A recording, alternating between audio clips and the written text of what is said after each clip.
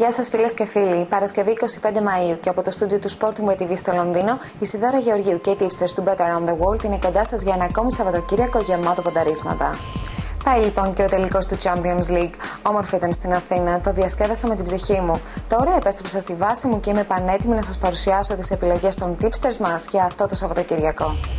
Καλά το σκέφτεστε. Τα περισσότερα πρωταθλήματα τελείωσαν, αλλά η δράση συνεχίζεται και αυτό το διήμερο. Με τι? Με κύπελλο Γερμανίας, με Ιταλία, με Ισπανία και με υψηλές ταχύτητες. Πάμε λοιπόν. Ξεκινάμε με γερμανικό κύπελλο. Τα παιδιά της Στουτγκάρδης πανηγύρισαν το περασμένο Σάββατο την κατάκτηση του πρωταθλήματος και τώρα θέλουν και το κύπελλο για να ολοκληρώσουν θριαμβευτικά μία από τις καλύτερες χρονιές της ιστορίας τους. Ο Αντρέα, ωστόσο, υποστηρίζει πως η Νιρεμβέργη είναι σκληρό καρύδι και οι πρωταθλητές θα χρειαστεί να επιστρατεύσουν τον καλύτερο τους σε αυτό για να κερδίσουν. Έτσι λοιπόν, ο καλός φίλος από τη Γερμανία μας προτείνει να ποντάρουμε στο over που πληρώνει 1,90 στη Sporting Bet. Εξάλλου, στα φετινά μάτς πρωταθλήματος ανάμεσα στις δύο ομάδες μπήκαν πολλά γκολ. Γιατί να μην τριτώσει το καλό? Από τη Γερμανία πάμε στην Ισπανία και στην αγαπημένη μου Bilbao που δίνει ακόμη έναν τελικό για την παραμονή της στην κατηγορία. Αντίπαλός της η Μαγιόρκα που βρίσκεται σε εξαιρετική κατάσταση, αλλά θα λυγίσει στο καυτό σαν μαμές. Εξάλλου, οι φιλοξενούμενοι είναι πλέον βαθμολογικά διάφοροι και δεν χρειάζεται να σκοτώνονται στα παιχνίδια μέχρι και το τέλος του πρωταθλήματος. Ενώ οι γηπεδούχοι, αν δεν κερδίσουν ούτε αυτό το παιχνίδι τους, τότε μάλλον θα αποχαιρετήσουν την κατηγορία. Όπως είδαμε και στην κάρτα μας, η Bilbao είναι αίτητη τα 3 τελευταία χρόνια από την Μαγιόρκα και ο Χόρχε επιμένει να τους εμπιστευτούμε.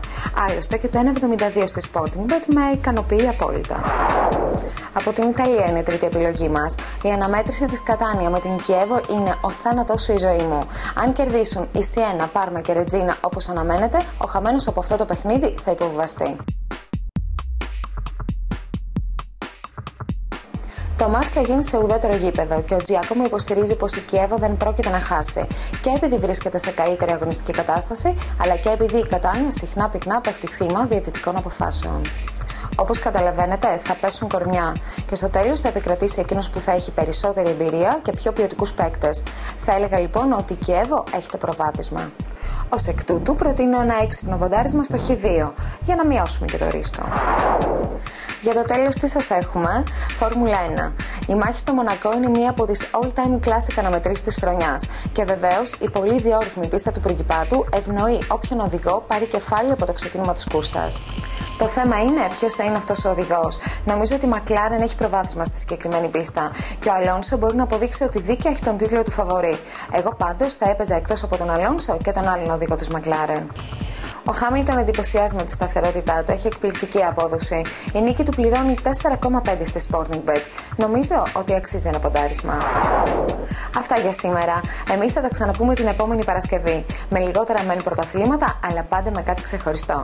Μέχρι τότε φροντίστε να περνάτε καλά και για να περάσετε ακόμη καλύτερα δείτε και την κάρτα που ακολουθεί με την προσφορά της Sporting Bet.